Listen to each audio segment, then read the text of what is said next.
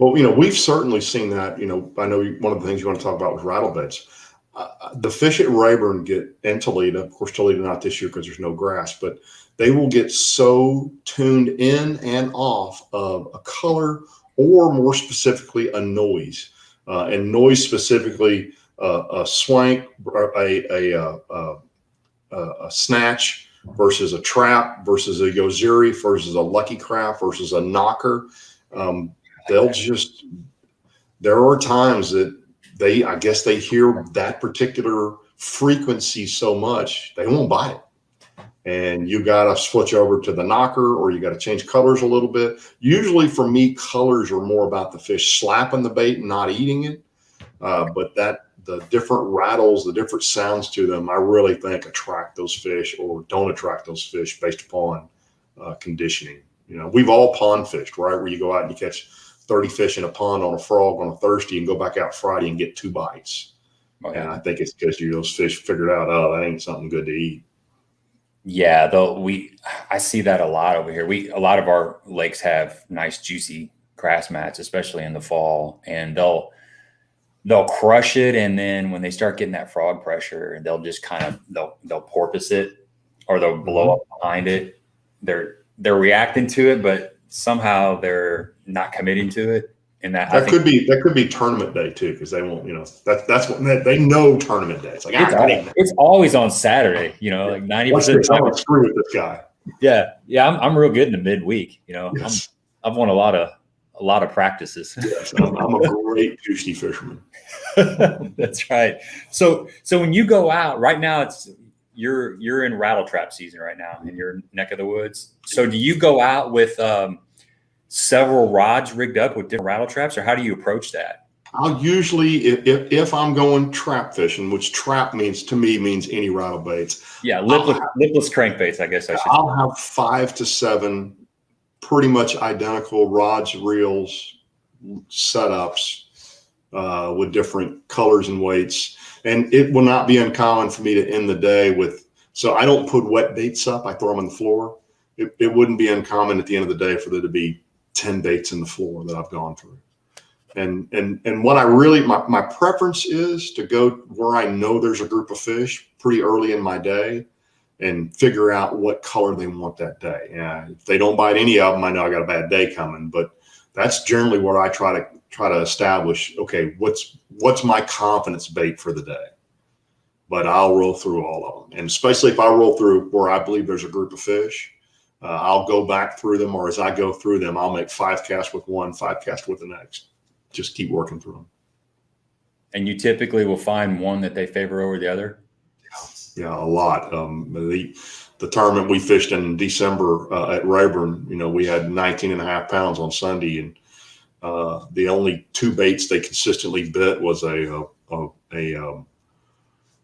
white bleeding shiner 1/2 ounce rattle trap, and the old, and this is hard to find, but there's a different red that Yozuri made in that 5/8 ounce, that little 65 millimeter bait, the Rattle and Vibe. They don't make that color anymore.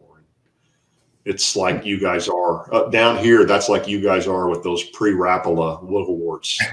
Whoever bought wiggle warts, the same thing. Wiggle wart, never heard of that. Yeah, that's a big deal. That's interesting, man. And I've got a huge box of all these original wiggle warts that have not been out of my garage in 7 years because it's still thrown down here. Well, you just unleashed something there. You're going to get blown up tomorrow. Yeah, lock your doors, man. Lock your doors. I got one that I saw somebody selling on eBay for like $45. It was a color that apparently everybody wants. But yeah, that's like having a little side investment in an Edward D. Jones account or something. It's Hollis's college fund. That's what we're leaning on.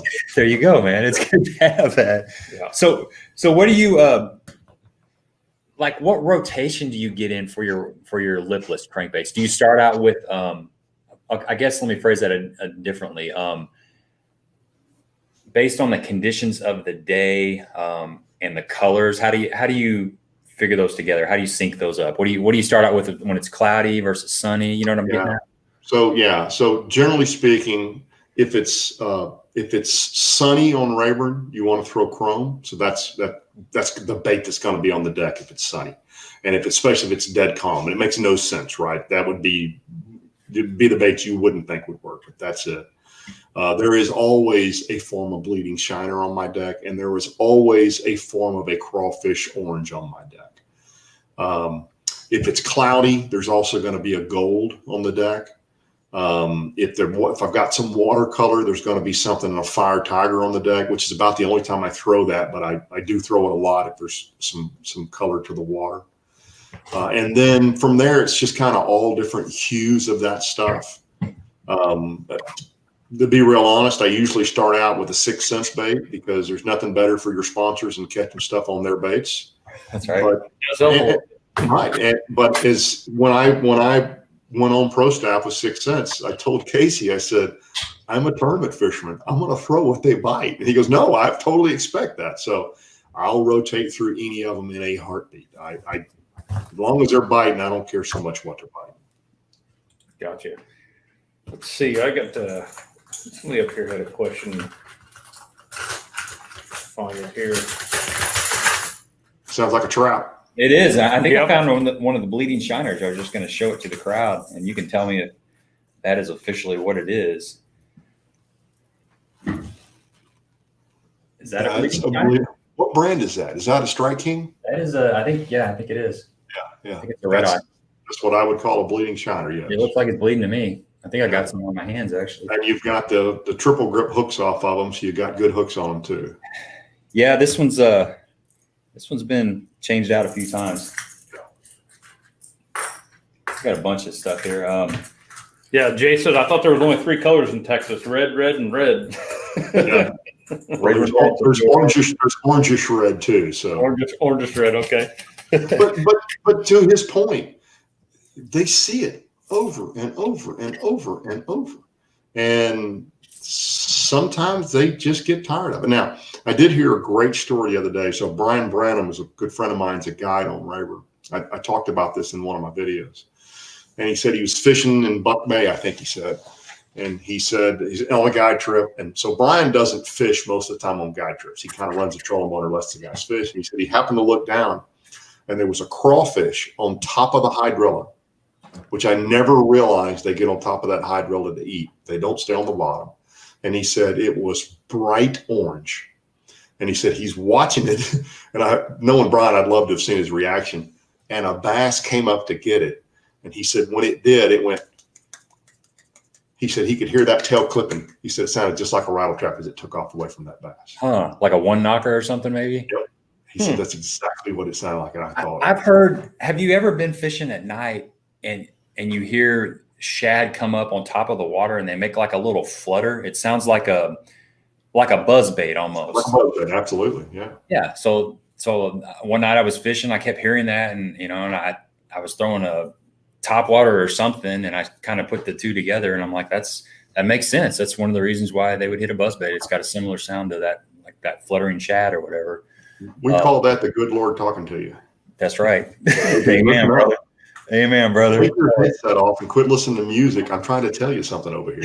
That's right. The fish are talking. You don't need one of them little hydro waves, man. The fish are talking. I want to pick on somebody, and I don't know him, but one of my buddies years ago was fishing I can't remember. It must have been a Bassmaster or an FLW event with Ish Monroe.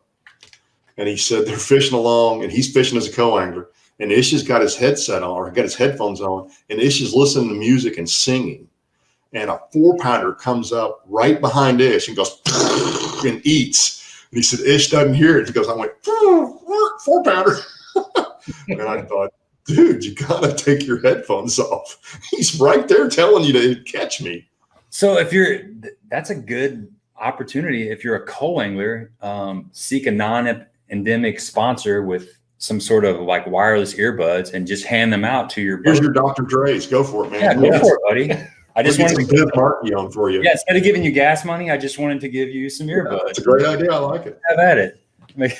So what do you throw? What kind of setup do you throw your rattle baits or your lipless crankbaits and stuff on? So a lot heavier than most other people do.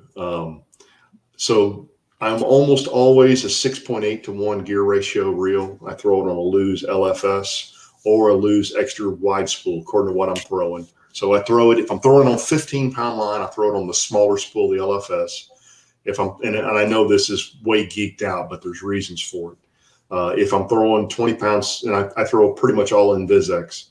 If I'm throwing 20 pound, I put it on that wide spool because I can put more line on there. So like the BB1 Pro or the no, on the 300 series extra wide spool. Okay, gotcha. And they're all 6/8 to 1s, and the reason for that is I'm a real big believer in all bait fishing about cadence. And so when I figure out that cadence, that speed they want that bait at, if I break one off, if I need to change colors, I want the same amount of line on the same reel with the same retrieve speed so that I don't have to think about replicating that cadence, if that makes sense. Mm-hmm. So they're all on one of those 2 reels. Now, this year, I actually, early in the year, was throwing them on a 7:1 ratio because the grass was so shallow and I was having to move it so fast. But otherwise, it's almost a 6/8 to 1. And then the rod I think I've settled on is the Lew's, and it's a cheap rod. It's a $150 rod. It's called the Magnum Heavy Cover Rod. It's in that black series they came out with this year. Mm-hmm. And it's just, it's a 7/6. It's a heavy action rod. But my experience is, so I change all of those baits that I mentioned earlier pretty much come with EWG or extra wide gap, triple grip style hooks. All those come off my baits when they come in, when they get in the boat, those come off. And I put like on a 1/2 ounce or so 70 millimeter, 65 millimeter bait, I'll put a number 3 on the front and a number 4 on the back in a short shank wide gap, because I snag a tremendous number of big fish. Matter of fact, my buddy Moonpie caught a 9-pounder last weekend in a tournament that he snagged in the tail. And and I throw it on a big heavy rod, and here's the reason why. If you walk through the woods and there's a vine hanging there that's got thorns on it and you brush up against you, it doesn't stick you. But if that same vine is against the side of a pine tree and you brush up against it, you're going to get stuck. I want to stick you. I want that heavy rod. So when I touch you, I stick you. And I'll tell you right now, I feel real confident in saying there's not a day of rattle trap fishing that I go out on when I don't hook at least one, when I don't catch at least one fish outside the mouth where they have run up and slapped the bait. Mm-hmm. And I don't catch those fish on a limber action rod. It's also easier to work around the grass. It's a lot easier to pop out of the grass, because what people don't understand, when that don't do it a lot, when that bait hangs in the grass, I'm not trying to jerk it 10 yards. I'm trying to move it that far. I'm trying to pop it out of that grass so it goes, and then it stalls. And when it stalls is when they smoke it. And that's what that stiffer rod allows me to do, is just to snap that rod out, or snap that bait out of that grass, and it'll come out, and then it flutters, and that's when they smack it. And you can't stop it from fluttering. When you pop it, you can't reel that slack up fast enough. But that's when the big ones load up on it almost every time. So are you, when you're working that grass and you're ripping it out of the grass, what rod position do you have? Are you pointing at the bait? Are you typically holding it a little bit to the side? So I am very right side dominant. So for me, it's about 7 o'clock here. Okay. So 7 o'clock being at that angle. So about 7 o'clock, not pointed at the bait, a little bit higher. And I'll tell you, there's a weird deal. I can tell you most of the time when I'm about to get bit once I find that cadence, because it's just a feel. And I also tell you, most of my bites, surprisingly on a trap, come when the line is almost slack line. It's got a little bit of bow in it. I'm working it that slow. It's not really cooking that bait. And that, I talk about this a lot in some of my videos. The biggest mistake I see guys make, not just in rattle bait fishing, but in every kind of fishing, is they're working the bait fast because they don't want to get hung up. And you got to be connecting with that cover most of the time, especially in these highly pressured lakes, to get that reaction bite. Mm-hmm.